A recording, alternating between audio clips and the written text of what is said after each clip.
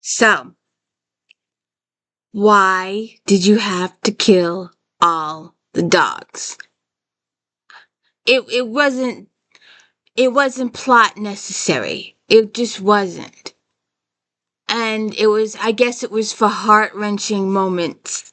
A heart-wrenching thing for to drive the story on, to draw readers' emotions and to get them upset or angry or frustrated. It, it was just, I have this expression, it's just. And you can fill in the sentence any way you want. It's just bad, it's just good, it's just horrible. It was so sad. Why? You didn't have to kill them all. Welcome to the D. Louise book series. I'm Christina, K-R-S-T-I-N-A. This is where we read books and talk about books. No special effects, no theme music. I have horrible thumbnails, so I need you to spread the word to people that I exist, because I'm not very creative in the thumbnail category, so I don't get the number of viewers that I'm supposed to get. I've got over 1,000 videos out there. Please watch Star Trek Next Generation recaps on every single Friday. Some of them are garbled, but 90% of them are not. If then, Friday afternoons, if you like this author, then maybe you like that author. And we got carried away with Halloween, Thanksgiving, now we're going into Christmas. January we'll start some new stuff, but we did forensics, we did vampires, we did Scotland Yard, we did werewolves, we did witches. So check out all those if-thens if you're looking for those types of books. I've done over 40 of them now. So please check those out. And don't forget Flashback Monday, where we talk about all the books in this magazine. Mystery, Regency, historicals, contemporary romance, inspirational, sci-fi, Harlequin. We talk about them all. And of course, I'm reading as fast as I can. My daily book reviews. And today we are talking about Night Broken. It's book 8 in the Mercy Thompson series. And there's a major plot line through the whole book. And there's a couple of subplot lines. And you get snippies, little snippies. And you don't make it feels like it fits in with the major one. And at the end of the book, it's like, you didn't see that coming now, did you? You didn't know that was an itty bitty hint towards that, did you? So, like I said, my first part was the fact that all the dogs are killed in the kennel. That was just heart-wrenching. And we didn't get too much. I was always like, you start to think there's this new guy in town. And his name is Zach Drummond. Oh, and please go check out all of my Janet Ivanovich books. We ended with Dirty 30 on New Year's Eve last year, and that's when I show her identity. She goes off every single video I've ever done, regardless of the time of day, she goes off. And she can't tell time. She hasn't told time in 20 years. So anyways, the whole time in the book, you're thinking, there's this new guy. This new guy has come into town. This new guy has joined the pack. He wants to be a submissive. He doesn't want to be an alpha. And the whole time you're thinking, there's got to be something up with him. There's got to be something there. There's just... And it's nothing. He's not included in anything. He's not brought to the house or anything. We didn't really... It was like, yeah, that's it. We'll leave him alone. We got to continue with the story. His backstory may be in a book or two, but that was like, we spent all this time on this guy, and then it was like nothing. Also, spoiler alert, I won't tell you the ending, but I must tell you, I spoil characters. and this is a tie-in to the plot, but you don't know it at the beginning. So, Christy is in town. All right. So, Adam is your alpha. Mercy is his wife. Adam is a werewolf. Mercy is a night walker and coyote. And then we have Kyle and Warren is our gay couple, and Kyle is a lawyer, he's human. Warren is a werewolf.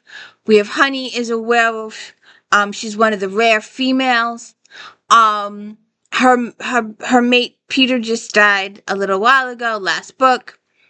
And we have Jessie, Adam's daughter from his first marriage, and that was with Christy. And Christy is your 1950s wife. She's a gourmet cook. She's a cleaner. She does all the housework. But she's very, very 1950s sensibilities. And Mercy just is like, she's a better cook than I am. She's doing this better. She calls up, can I come back to the house? I have a stalker. And they're all thinking it's just a normal stalker. And, he killed she went out on a one night stand with some guy, and the stalker killed the guy. And then he burned down her apartment building. So she's coming to stay with Adam for protection. And the whole time she's giving Mercy those little polite jabs. You know, you say something not quite like a bullying type situation, but in the most polite way possible. You know, she doesn't understand why Adam married Mercy. You know, but then, you know, because she's human and Mercy is not human. And some of the packs stick up for Christy in the beginning, but then their wheels start turning and realize that this is Christy's way of manipulating them. So there's a whole bunch of dynamics there. We spend a lot of time, Mercy just avoiding Christy and all of her baking and all of her cooking and all of her gourmetness and all of her matchingness. And, like, Mercy wanted to set Christy up in a bedroom suite on the first floor with its own bathroom, but Christy wanted to be near Adam, so she took the spare bedroom next to Mercy's. Just saying. So we got this new guy, Zach, who showed up, right? And like I said, his story just peters out. Then we have Christy and her stalker, who's in town. And that's a major story through the whole line. And you don't see the twist. There's a couple of big major twists coming with her stalker. This guy's a serious, possessive guy. They went to bed once or something like that. And he's decided that Christy is it for him. And he will kill everybody around her, so she has no choice to be with him. That's his mentality. Then at the same time, Beuclaire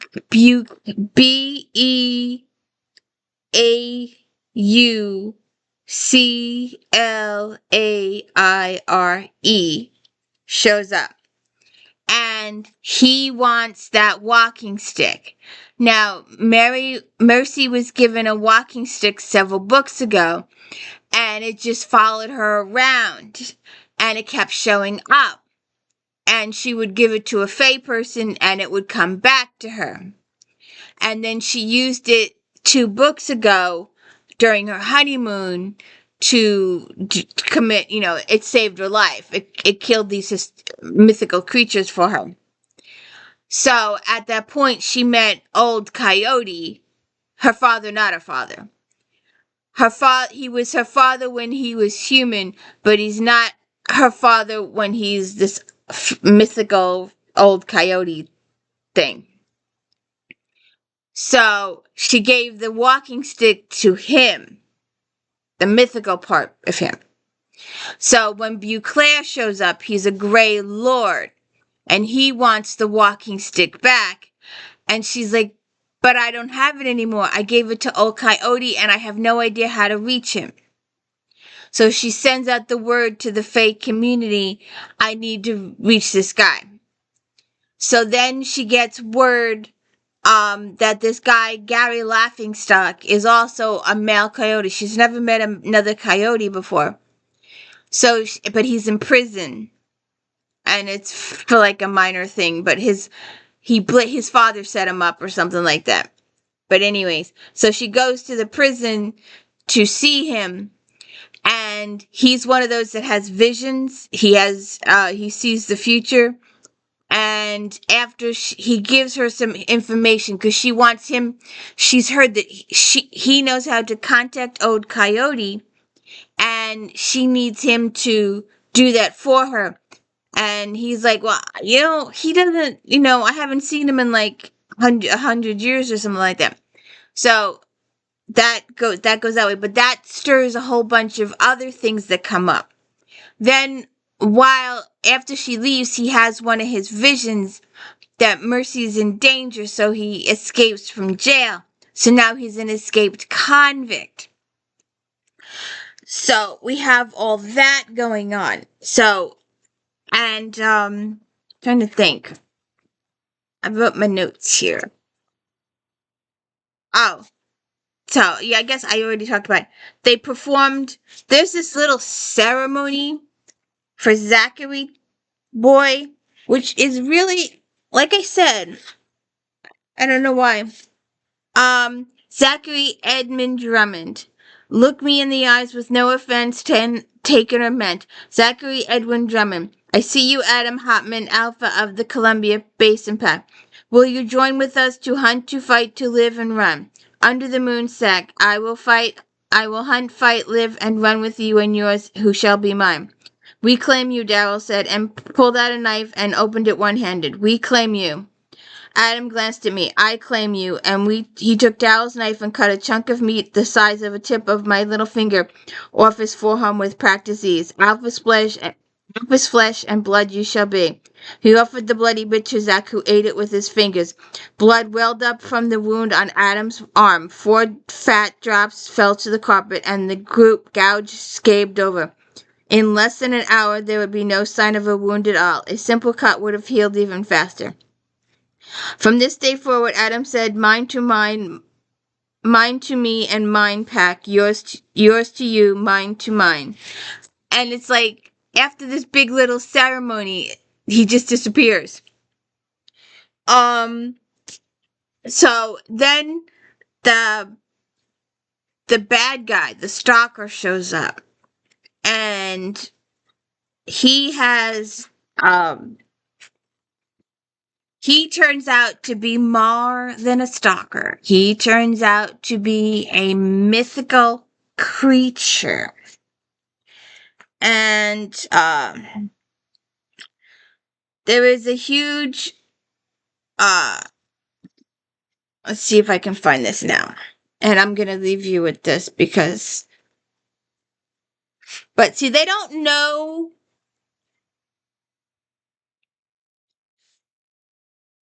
Well, maybe I should just let you,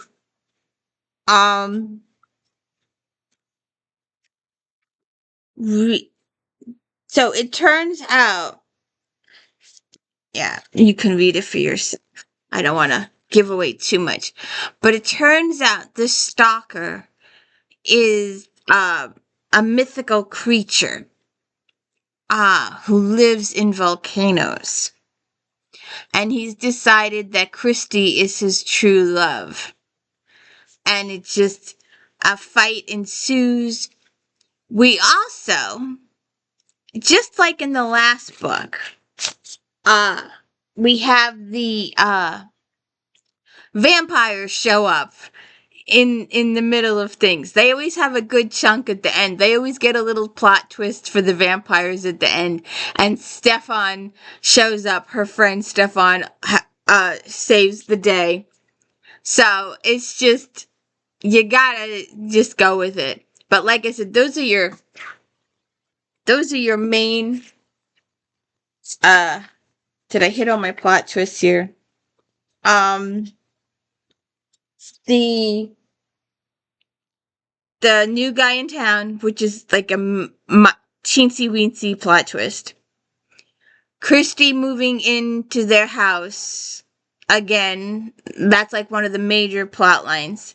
Her stalker is another huge plot line. Tad is Z is the guy that used to own Mercy's garage, and he sold it to Mercy. And he is Fae. He's a powerful Fae, and his son Tad is a half Fae, and he saves Mercy in the beginning of the book from the mythical creature, the stalker. So he goes to hide in Fae. So we may or may not have to rescue him at some point in some future book. So his story is left hanging. So Zach's story is left hanging. Tad's story is left hanging. We're not sure what's going to happen with Christy. There are some injuries at the end of the book. Mercy is quite hurt at the end of the book, but we know the series is going on, so we know she'll be okay. She does give Beauclair, she does eventually, through a series of misunfortunate events, get the walking stick and give it to Beauclair. But understand this, and it was made clear 2 books ago. The walking stick likes Mercy, likes her a lot. So when she gave it to the mythical creature, it might have been off her earthly realm. But now that it's returned to her earthly realm, don't be surprised if it comes back to Mercy at some point. And I felt bad for the dogs. I felt bad for their owners. One of their owners, his fate is unanswered yet. So we'll see what happens there. But if you could please hit the like and subscribe, I would appreciate it. And we're gonna move on to Fire Touched. We'll see what happens there. And don't forget, please check out Flashback Monday and Star Trek Next Generation recaps on Fridays, and the If Then, and my daily book reviews. We're going to be starting Catherine Coulter's FBI series shortly. Have a good one.